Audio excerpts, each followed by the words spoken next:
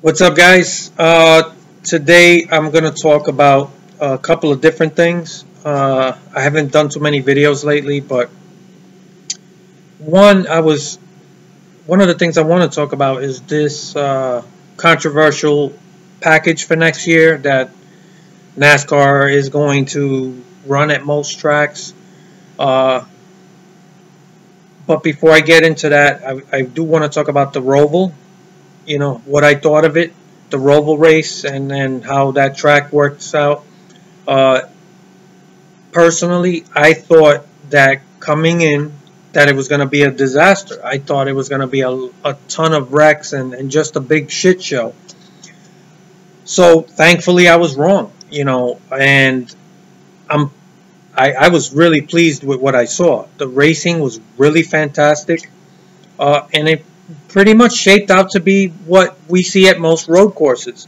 So they were able to avoid a real shit show because NASCAR did one smart decision they made was moving that stupid wall in that chicane, that high-speed chicane. They moved it in. There were too many guys smashing right into it, and that they were asking for trouble. So they said, you know what, let's move it in. And that, to me, made a huge difference. So they avoided a catastrophe. Most of the day, the racing was awesome. And, yeah, you got a couple of controversial aspects in the race, but this is part of racing. That red flag towards the end with, you know, these guys up front on old tires. That first turn is almost 90 degrees. So you're really asking a lot to restart on really old tires with a bunch of guys, you know, packed up, you know, on a restart. So to me, that was almost unavoidable. A lot of guys overdrove that turn.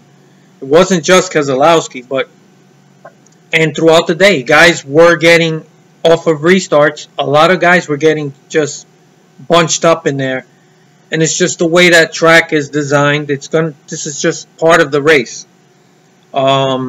It kind of reminds me of Sonoma, the first couple of turns. It's that snake going uphill, and the cars are side by side, you know, and I wouldn't say it's exactly the same, but it reminds me of it just a little bit.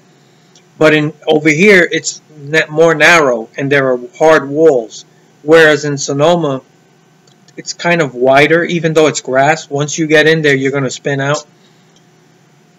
But I thought it was a great race.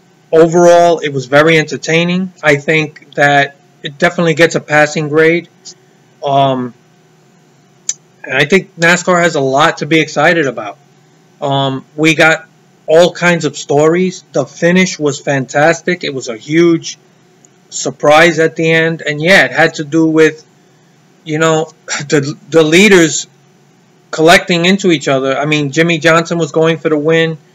And you had, you know, Truex, and Jimmy Johnson kind of overdrove that entry, but so did Truex. They both overdrove it, and Truex overdrove it because Jimmy Johnson, he knew he was right on his tail, so there was pressure. And, you know, who can you blame? Can you really blame anyone for going for the win? I'm not a fan of either driver, so for me, I got no dog in the fight. I thought it just made for a very exciting finish.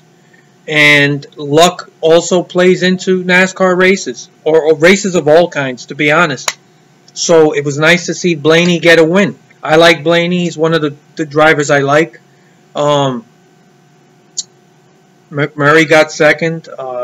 You know, unfortunately, I think this is his last year, and so I'm going to have to find new people to root for. But it was a very exciting finish. Also, Larson was out of it until that last turn, out of that chicane, when I believe it was Earnhardt, I'm sorry, I forgot his name, but in either case, he got hit at the very last part, right before the finish line, and spun out. And Larson passing him, that was the difference. He made it. He stayed in the playoffs rather than got eliminated. And kudos to Ganassi and that crew for keeping that car at least in one piece where he can actually make laps. So that was a huge, exciting finish. And Jimmy Johnson going for the win, okay, is what cost him the playoffs. Because he was in. But going for the win, which you can't really fault him for, and he's out. And I love it because the 4 guys that got eliminated are 4 guys I don't like. I'm not a Jimmy Johnson fan. I do not like Austin Dillon. Denny Hamlin, I've never liked. And who was I don't remember who the other car was, but I don't care. So all 4 guys that got eliminated, I'm like, great. But the whole race was really fantastic. I enjoyed it, and I'd like to know what you guys thought. I think that the road race, I was really anticipating a shit show. To be in all honesty, especially being the first race, these guys don't have a lot of time on this track. I thought it was great, and it's only going to get better as next year they'll already have that race under their belt. So I loved it. Okay, now we're going to move on to the other story before I get to the whole 2019 package deal. I do want to give a shout out to Hailie Deegan. She fucking won. She made history. She won a K&N race, and I love it. I think NASCAR, this is something NASCAR desperately needs, a big story, and if they're smart, they will market her. They should celebrate this because it's a big deal, okay? And I hope they do because NASCAR really needs fresh faces to come to check out the sport. This is something I've talked about. They have to find ways to attract people who normally haven't followed NASCAR, right? And get more women and girls to follow. Also minorities, things of that nature. I want to see more of that. And this is a huge story. It's a big deal. She's only 17. She's getting a lot of experience under her belt. And I think that she's going to be successful, I think. How successful, time will tell. But she's definitely talented. She's proven it. And bring her along at the right pace is very important. You know, I already see a lot of people taking shots at Danica Patrick. I'm not telling you that she was someone who was capable of winning, but I do think that people have been extremely unfair to her from the beginning. But you got to keep in mind a few different things. One, Danica Patrick was a lot older than Hailie Deegan when she came to NASCAR. She got a very late start. You know, her racing background was in open cars and other forms of racing. We've seen extremely successful people in other sports, other race disciplines come to NASCAR and fail. So for some reason, people have held Danica Patrick on a special category, like, you know, she's terrible. And look, every time she ever made a mistake or wrecked, it was all her fault. And we see that even the best drivers get caught up in wrecks and all kinds of stuff. I honestly don't think that she embarrassed herself. People make it sound as if she was a massive embarrassment. She wasn't. I think she handled herself pretty well. You know, I don't think I think she was rushed. And coming into the sport a lot older, she doesn't have a lot of time, or didn't, I should say. And I think she was destined to fail from the start. And unfortunately, I would have loved to see if she had come up the way Hailie Deegan's being groomed. I think she would have had a much better chance. But this isn't really about Danica Patrick. I'm just kind of addressing all these people who couldn't wait to take shots at her. They're using a great story and a great moment and saying, yeah, this is legitimate. You know, Danica, she sucks. And you know, why do you have to take shots at her? She took an opportunity and people expected her, what, to say no to the opportunity? all these people like, oh, she's only here because of this or that. Listen, she took the opportunity that she was given. And so would anyone else. But it just bothers me a little bit that people couldn't wait. And I knew it. As soon as I heard Hailie Deegan won, first female to win a NASCAR race, I knew it. I fucking knew it. I said, watch all these people. They couldn't wait for this moment so they could take shots at Danica. So I just wanted to get that off my back, off my chest, I should say. That kind of shit bothers me. She's fucking retired anyway. So why people still... It just goes to show you how much people hated her. And that they're still kind of like... She's still in their mind. That's what pops up. But anyway, congratulations to Hailie Deegan. She's still just 17. Amazing story. I love it. I really root for her. And I hope that she gets the opportunity to be brought up through the ranks at a proper pace and with quality rides. Okay, I think that's also important. So, congratulations to her. Now we're going to move on to the last thing I wanted to talk about. And people have been talking about for a while this proposed package for 2019. And the reason I've held off on talking about it is because, in all honesty, it's confusing. The whole topic is confusing.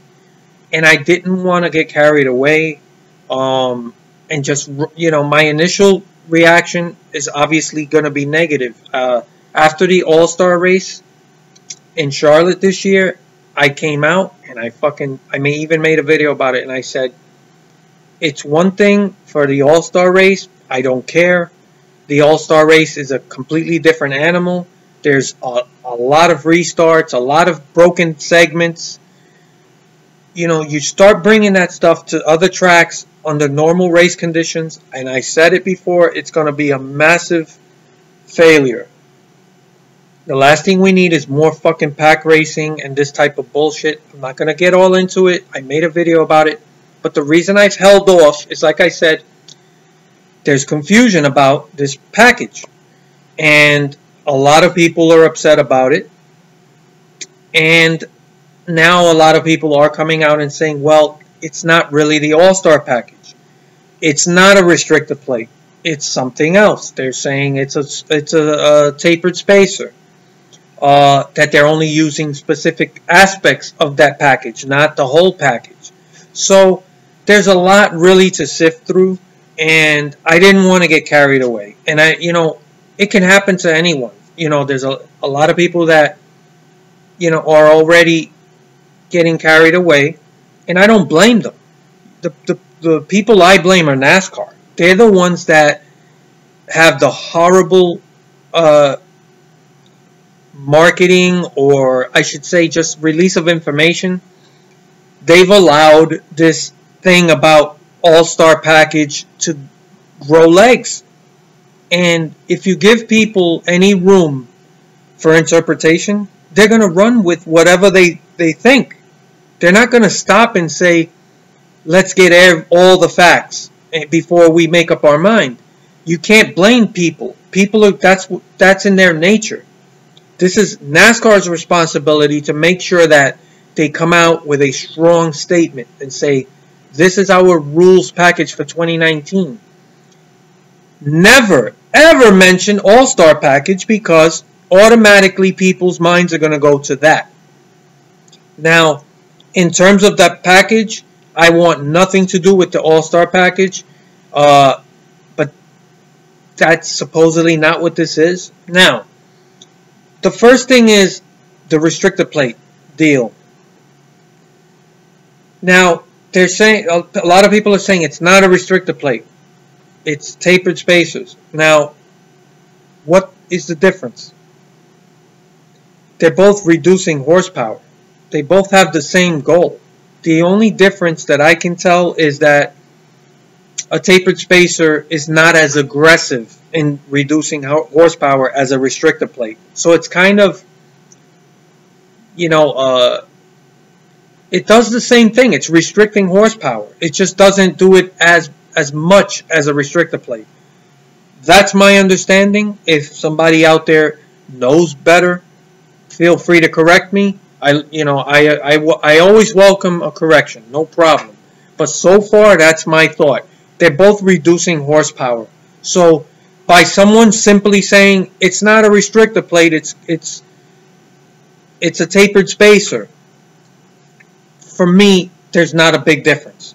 Yes, there's a difference, but just not that much. And I don't really know for sure, is there a tapered spacer even involved? I'm just going by what some people are saying.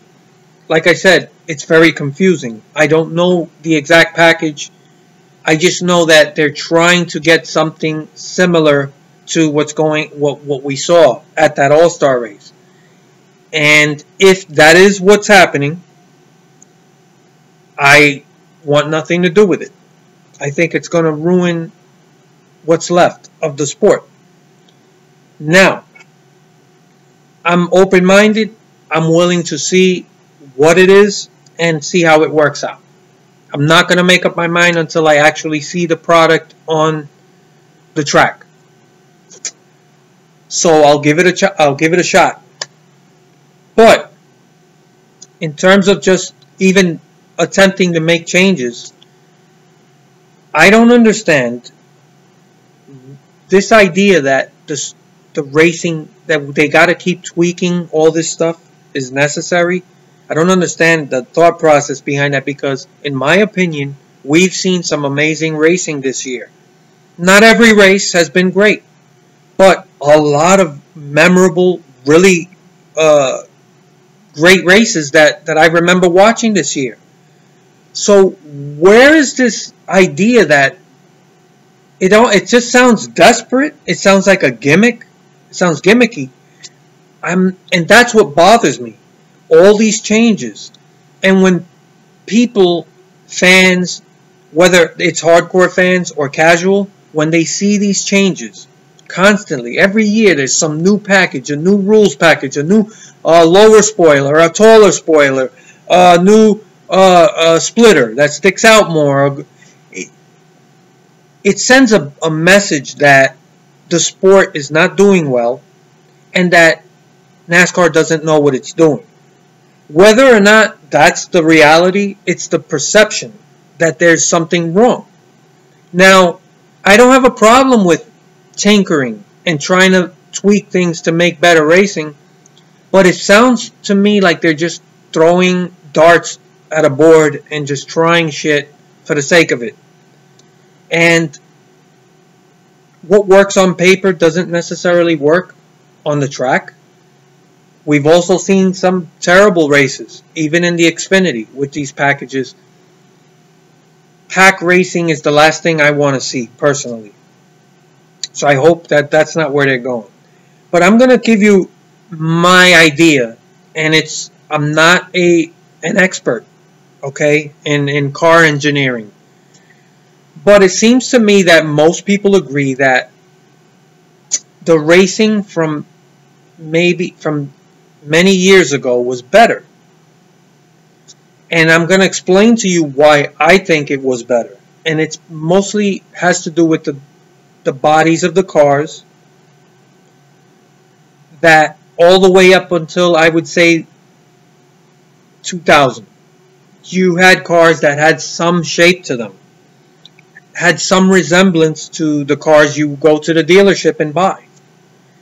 They weren't as aerodynamic. As time has moved on, they've become more and more aerodynamic, less sharp edges, the type of things that give these cars character and gives them that visual difference where you can see a car from a distance and you know what it is. You knew what a Buick Regal looked like in the 80s. And it was very boxy. And each car had its own individual shape and stance. And as time has gone on, these cars have just been shaved. These jagged edges and this boxiness has been shaved down to the point where they all have a similar shape. And there's very little to differentiate these cars other than the grille and the nose. Now, to me, the sport took a nosedive And I would say, I think it was the 4th gen. All right. If I'm wrong about that, correct me. I'm not 100% sure, but I tend to remember those cars that they look like a fucking Tylenol pill in the early 2000s. Uh, I think when Matt Kenseth won a championship, I remember those were that was the body type. There was no sharp edges on the car at all. It almost looked like a funny car. If you ever see a funny car where the whole top of the car is just one carcass and it's just like a big plastic mold, and they were the ugliest cars, first of all, and they were completely dependent on aerodynamics. And that's when the sport really started changing, in my opinion, for the worst. So it's been a long process, but as NASCAR has gone away from stock cars to really, it's just a name now. And the only thing that you can tell the difference is just, like I said, the nose, the grill, some decal. But these cars are purely aero dependent now. And that's, to me, what the biggest difference is with these cars and the racing. Why it's hard to pass, why, even today's car, a lot of drivers say that they're the easiest cars to drive. Cars were harder to drive back in the older days because they were not aero dependent. The cars, it was all about mechanical grip and not aero grip. Okay, so when you look at these cars now, they are all the way down, slammed down to the ground. The nose and the side skirts are basically, you could probably shove a quarter in there, lying flat. If you can get that through there, it's a lot. These cars almost scrape the ground. And that seals the car to the ground, and the faster the car goes, the more grip it has because the car is planted down harder to the ground. So it's all aero.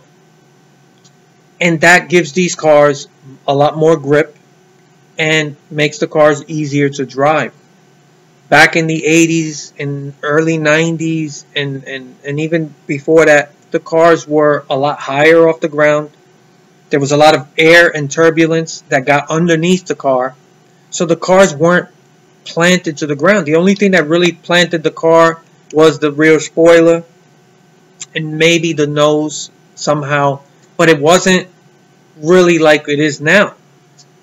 There's more engineering that has to do with airplanes than cars right now.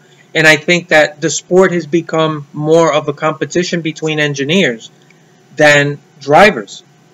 So in the old days, it was about driver talent and mechanical grip.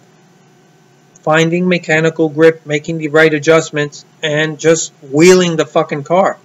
You couldn't drive the car as hard into corners and out of corners like you can now because these cars are so aerodynamic. So I think, in my opinion, one thing they can do, and it's just an idea, and maybe I'm talking out my ass, and maybe you guys could say no, you're way off. That's fine, but I personally would be curious to see what would happen if they lifted the car off the ground maybe 2 inches. And I'm just throwing an arbitrary number. It might be an inch, inch and a half, or 2.5 inches. I don't know. But one, it would make the cars look a little bit more like the stock car version that you buy at the dealers, right? These cars are not scraping the ground or slammed down. So lift the car, and that would allow more air to get underneath the car. 2, the nose, the front splitter valance, don't have it scraping the ground. These cars have, like I said, a 2-inch gap. Okay? And the side skirts, I would trim an inch off of that as well. So the car's up, let's say 2 inches. Like I said, that's just an arbitrary number. And the side skirts, you could cut an inch off of that. So let's say you'll have maybe 3 inches of a gap on the sides of the car and 2 inches off the nose. And now the cars are harder to drive because they don't have anywhere near the same downforce. The difference between the top teams and the lower tier teams now, it's all engineering. These guys are finding a thousandth of an inch here, a thousandth of an inch there, manipulating the tiniest aspects of these bodies underneath the car, playing all kinds of tricks. The front splitter, it goes back a certain amount under the nose of the car. They're finding little, and it's something that they can, the best teams, they can figure certain things out that the lower teams just haven't been able to. So it's really a contest of, the engineers. And that's why the best teams like the Gibbs and the Stewart Haas's and the Hendricks cars have dominated all these years, because it comes down to thousandths of an inch. Whereas in the old days, it was more about just mechanical grip, finding the right setup, and the driver talent. And these cars had a lot of turbulence and air flowing underneath the car. And I think it would make the cars harder to drive. And also in the corners, that's where the passes are made, because now it's the cars with the best mechanical grip and driver talent behind the wheel that are deciding who's making passes throughout the race on the corners. So, in my opinion, I think that's the best direction to go. Go get these cars away from aero dependency. Okay? The more you talk about aero and changing aero parts, it just hasn't worked. They've tried 1,000 different things in the past 10 years. And they're never satisfied. They haven't found that magic combination. And personally, like I said, I'm okay with the racing this year. I don't see a huge issue. I think people are making a bigger thing out of it than it is. But since they are going to continue to tweak and make it, you know what? Before you touch anything else, raise these cars off the ground. Like I said, 2 inches, whatever you feel is necessary that allows air to get underneath the car. And they can inspect these cars, pre-race and post-race underneath the car to make sure that these guys didn't do anything to deflect from that air getting under the car. Okay? And I think that would really help make these cars harder to drive. And it's not just aero. Now it's about mechanical grip and the drivers. Forget about these fucking tapered spacers or restrictor plates, whatever. The more horsepower these cars have, the harder they are to drive. You gotta let off when you get into these corners. That's where the cars that make the better adjustments or have the better setups are gonna prevail. So those are my thoughts. As far as everything else, spoiler height, this and that, I don't fucking know. And I don't, and maybe, like I said, maybe what I'm talking about, raising the car off the ground, and maybe that's not a good idea. I don't know. But I'm thinking, just looking at the difference, the thing that comes to mind for me the most is the aero. It's the way these cars are slammed down to the ground. And you see the front of these cars, they're almost scraping the track. And that all helps create downforce. And if you just make these cars that where they have to have a minimum ride height, and there has to be a gap under that car.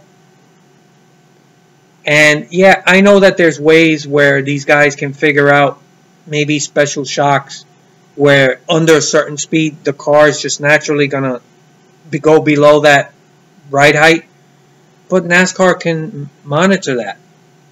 If they have to hand out shocks themselves on the weekend or whatever, and I mean, I don't know. I'm getting a little far ahead of myself, but there's always ways for these guys to do things. But in the old days, these cars all had a ride height that there was a gap under the car, and the cars looked more like stock cars from the dealership. I think that's something that's hurt the sport in terms of marketing. These cars, people don't feel the same attachment to these cars that they used to. These cars don't look anything like the showroom counterparts. and it also hurts the racing. Basically, it's one thing open wheel racing with these Formula One cars and kart, whatever. These cars are basically airplanes. But the technology and that's always been a part of that genre of racing. NASCAR is supposed to be about stock cars. These cars are supposed to look like cars we drive. And,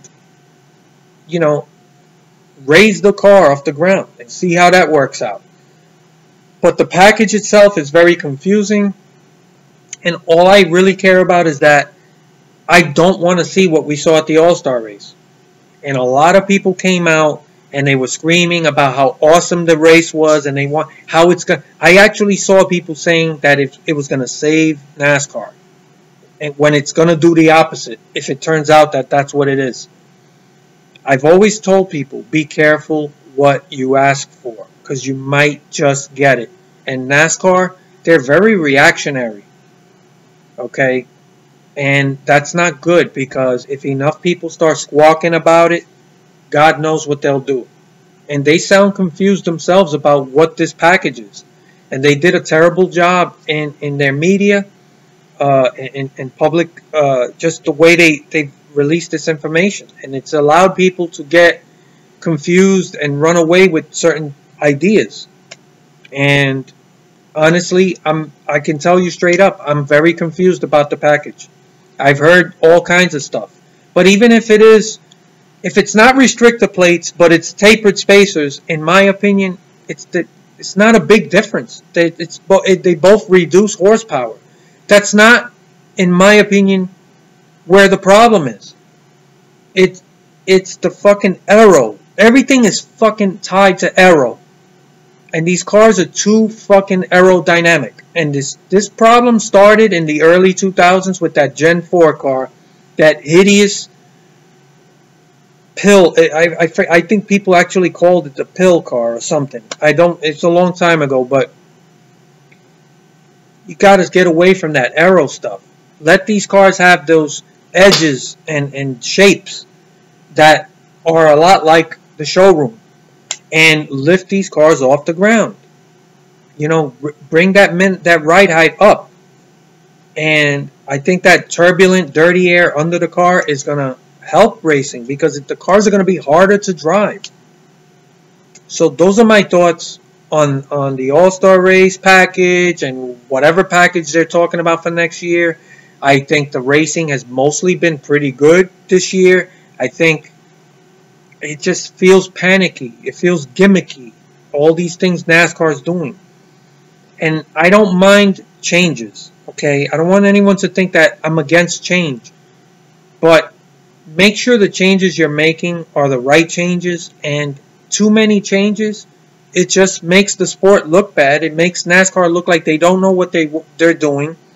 And people on the outside looking in are like, why are these guys changing these cars every year and the package? And it just looks like a big mess. And it gives off the wrong impression. So those are my thoughts. Congratulations, Hailie Deegan. What do you guys think about that? And the Roval race, what did you guys think? I thought it was a fantastic race. I thought the ending, everything was fantastic. Story. I know if you're a fan of a couple of guys that got knocked out or caught up in these wrecks, you probably think it sucked. But from beginning to end, it was a great race. And I'm really pleased to say that it wasn't the shit show I thought it was going to be. I really did think it was going to be a huge wreck fest throughout the entire race. Yeah, there were a couple of incidents all through the race, like every road course. And it was just that one red flag at the end with that pile up. You had cars on really old tires, and that first turn is almost 90 degrees. Not a good. That was a recipe for disaster. But the track itself, I really enjoyed watching it. So those are my thoughts. I look forward to your comments, and I'll see you guys around.